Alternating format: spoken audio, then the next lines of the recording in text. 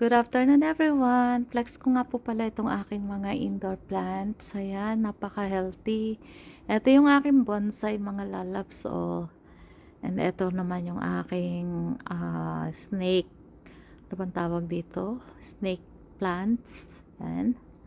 Good luck daw po itong snake plants mga lalabs. So, ayan. Napaka-healthy niya. And ito yung aking bonsai. Kailangan ko na siyang i-trim kasi medyo marami na din siyang sanga. Kailangan pala siyang i-trim para hindi siya pero yung puno niya mga lalapsay malaki ayan diba, para siyang nakaupo na tao. Ayan may kamay siya. Tapos yun yung kanyang ulo diba, may mga dahon-dahon. So, and meron akong good news mga lalaps. Yung aking Christmas cactus, nag-bloom siya. Ang dami niyang bulaklak, mga lalabs. Tara, silipin natin doon, mga lalabs, yung aking mga iba pang mga indoor plants. Actually, itong indoor plants ko na to way back 2000, ano pa ata to bago mag-COVID. Bago yung COVID. I think 2019 or 2018 to. Itong mga indoor plants na to. Ito, matagal na to itong aking bonsai. Tingnan nyo, nakaka-survive pa rin siya. Yung iba, nabenta ko na kasi sobrang dami niya. Nung na-aksidente kasi ako noon, hindi ko na siya maalagaan. So, binenta ko na yung iba. Pero may mga naiwan pa naman sa akin. Tara, silipin natin doon yung aking nag-bloom na Christmas cactus. Let's go! Guys, ito yung isa sa mga indoor plants ko. Matagal na rin to mga lalabs. Ayan hindi sila tumataas. Ganyan lang sila mga lalabs Nakuha ko na yung sikreto pala para hindi siya mamatay. Kailangan hindi mo pala siya i-over water. Itong isang galing pa ito kay Ethel. Itong isang dahon na to.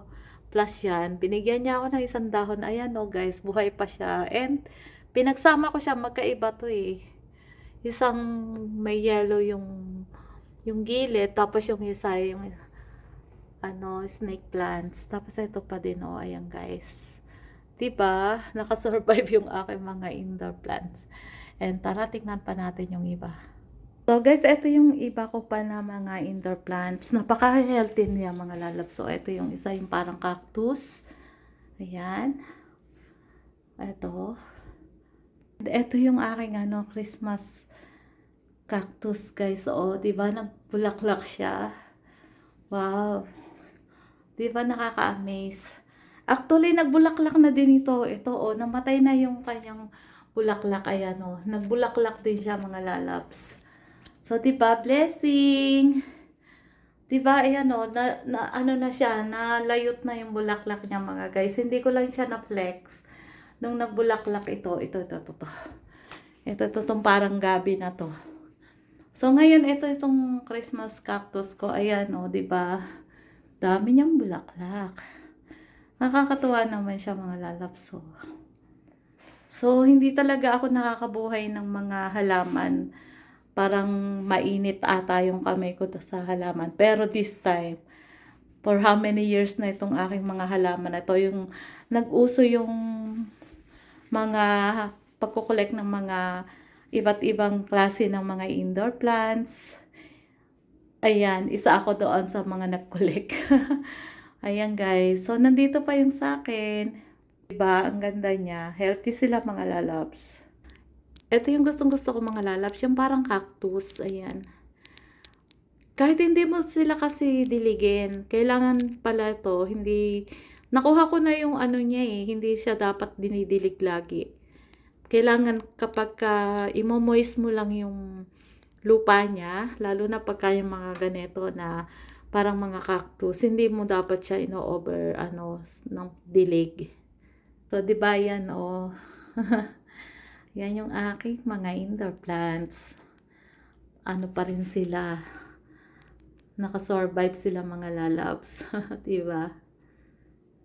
And meron ako nandun sa sulok na yun. Ayun nakababad lang din siya sa water. Ganda niya Yan guys. Diba ang healthy nila? Yun. Bukod kasi sa panganganta, libangan ko din, nakaka-relax din kasi itong mga ganito na may halaman ka sa loob. Ayan, kahit sobrang lamig sa labas. Yan, di ba? Ang healthy nila, oh. Madami na nga ito, eh. Pinaikot-ikot ko lang siya, mga lalabs. Kasi gumagapang to, eh. Yan. Dito talaga ako na-amaze sa aking Christmas cactus. Ayan, oh. Ang puti ng bulaklak niya, mga lalabs, di ba? So, yan. Sobrang, ano nila, oh. Nagbigay sila sa akin ng good luck flowers. Ayan. Late ano nga lang yung pagbulaklak nila. Supposed to be, 'di ba, kaya nga siya tinawag na Christmas cactus kasi dapat Christmas sila namumulaklak. Pero ayan, ngayon sila nila ako binigyan ng bulaklak. 'Di ba? Ang ganda. Ayun, blessing, blessing. Ang cute ng nasa dulo, oh guys, oh, 'di ba? Ang cute talaga nitong bulaklak na 'to. Meron siyang pink doon sa dulo. And may para siyang sinulid na ano doon, na hibla sa pinaka-petals niya. O, di ba ang ganda niya? Ayan. Na-flex ko lang po, mga lalabs, ang aking mga indoor plants. Napakaganda nila. Healthy sila, mga lalabs. Ayan. Di ba? Ito, oh, ganda ng kanyang. O, saan na yun? Ito, to. Yun. Yan po muna. Salamat sa mga sumusuport ko. Para ding ano to, eh, yung para may ibig sabihin tong bulaklak na to. Sabi niya nagugulong daw. Ayan, panibagong pag-asa. Ayan, panibagong pag-asa sa taong 2025. Ayan. Keep on believing. Claim by faith. Ayan, whatever we ask for in prayer, just believe and you will receive.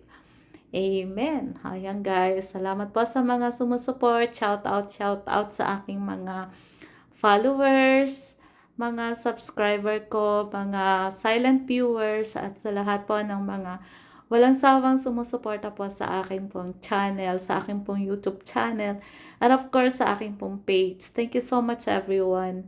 Alam ko, hindi ko po mararating po yung kahit na ano po nang meron ako sa akin pong channel kung wala po yung mga support po nyo. And I really appreciate po. Thank you so much everyone. I hope you guys stay connected. And don't forget to like and share. And subscribe. And mag-iwan lang po kayo ng mga kahit na ano pong baka sa akin po mga videos. And 101% ay babalikan ko po kayo. Once again, thank you for watching. God bless you all. Mama.